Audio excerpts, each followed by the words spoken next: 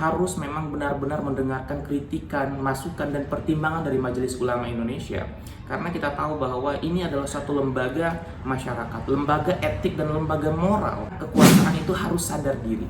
Kekuasaan itu harus memang tahu bahwa tidak selamanya kekuasaan itu benar. Kekuasaan juga akan melakukan kesalahan. Kekuasaan juga membutuhkan pikiran dari orang lain. Kekuasaan juga membutuhkan masukan dan kritikan. Nah, ini adalah cermin dari negara demokrasi, negara yang memang mengamini hidupnya nilai-nilai kebebasan berpikir.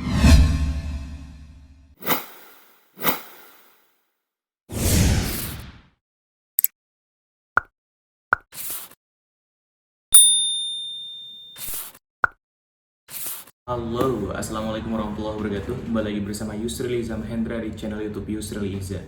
Teman-teman semua, di konten kali ini kita akan membicarakan berkaitan dengan kelanjutan dari kebijakan dari Presiden Joko Widodo yang ingin mengeluarkan Perpres nomor 10 tahun 2021 ya, tentang bidang usaha penanaman modal di Indonesia. Teman-teman semua, baru-baru ini Presiden Joko Widodo ternyata sudah mencabut ya lampiran Perpres tersebut, Perpres nomor 10 tahun 2021. Saya putuskan lampiran Perpres terkait pembukaan investasi baru dalam industri minuman keras yang mengandung alkohol. Saya nyatakan dicabut. Karena banyak sekali, sudah saya sampaikan sebelumnya bahwa Perpres nomor 10 tahun 2021 banyak sekali menuai pro kontra, polemik, dan tidak sedikit juga yang kemudian menghujat di berbagai media sosial. Baik itu dari kalangan tokoh agama, aktivis, intelektual, dan bahkan ya para milenial sendiri, itu banyak sekali yang tidak setuju dengan Perpres nomor 10 tahun 2021 tersebut. Sehingga teman-teman semua, satu hal yang ingin saya sampaikan di konten ini bahwa ternyata tidak ada yang sia-sia gitu loh. Perjuangan kita kemudian untuk memberikan kritikan, masukan kepada kekuasaan agar kemudian mengeluarkan public policy, mengeluarkan suatu aturan yang memang pro terhadap rakyat. Karena kembali lagi saya sampaikan bahwa kita tahu Perpres nomor 10 tahun 2021 ini banyak sekali menuai kontra dan tidak sesuai dengan kultur dan budaya bangsa Indonesia. Kita menginginkan adanya suatu aturan kemudian public policy yang dikeluarkan oleh kekuasaan hari ini, yaitu kebijakan yang memang mampu memberikan dampak baik terhadap perbaikan tatanan kehidupan bermasyarakat kita. Dan saya ingin sampaikan bahwa semoga saja keputusan pencabutan Perpres nomor 10 tahun 2021 ini menjadi momentum baik bahwa ada memang semacam keterbukaan dari kekuasaan. Ini menjadi awal yang baik bahwa memang kekuasaan itu terbuka terhadap kritik dan menerima kritikan. Itu penting dalam negara demokrasi, dalam negara yang mengamini nilai-nilai kebebasan berpikir itu sendiri. Dan tentunya memang kekuasaan itu harusnya menjadikan masukan, kritikan dari warga masyarakat itu sebagai hal yang paling penting.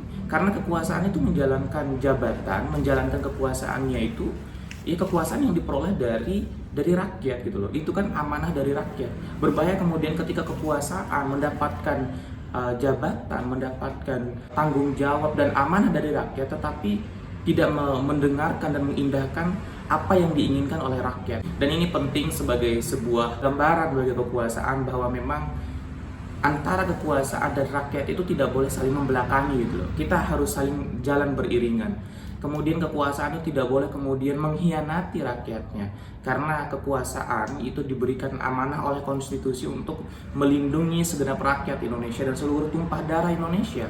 Bagaimana rakyat kemudian bisa dilindungi sedangkan kebijakan yang dikeluarkan itu berujung pada bagaimana meningkatnya kriminalitas. Perpres nomor 10 tahun 2021 tentang pemberian izin bidang usaha seperti miras misalkan, itu akan berujung pada meningkatnya tindakan kriminal, dan meningkatnya tindakan kriminal itu berujung pada berbahayanya nyawa warga negara.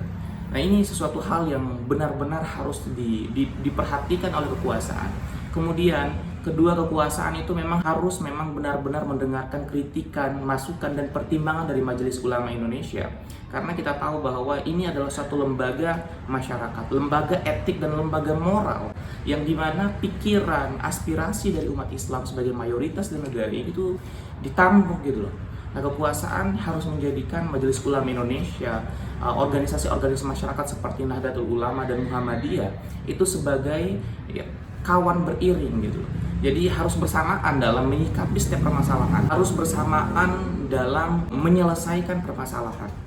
Dan terakhir bahwa saya menginginkan di satu sisi keterbukaan kekuasaan untuk menerima masukan, kritikan dari warga masyarakat, tapi di sisi lain harus ada semacam konsistensi, harus ada keterbukaan dari sekarang sampai pada akhirnya gitu, akhir kekuasaan di tahun 2024 ini. Karena ketika kekuasaan itu menjadikan Perpres nomor 10 tahun 2021 sebagai momentum bahwa memang kekuasaan itu terbuka terhadap kritikan dan masukan, yang menerima masukan dari masyarakat, ini bagus bagi keberlangsungan demokrasi kita. Karena dari tahun 2021 sampai tahun 2024 ada waktu 3 tahun. Dan ada banyak ya hal yang kemudian akan bisa kita selesaikan bersama antara masyarakat dengan kekuasaan. Ya, waktu 3 tahun itu tidak sedikit gitu loh. Nah, ini menjadi hal yang bagus dalam proses bernegara kita. Ketika kekuasaan memang terbuka, kekuasaan memang menginginkan adanya masukan dan kritikan dari warga masyarakat, kemudian kritikan dan masukan itu dijadikan sebagai medium ya pertimbangan kekuasaan untuk memperbaiki kebijakannya.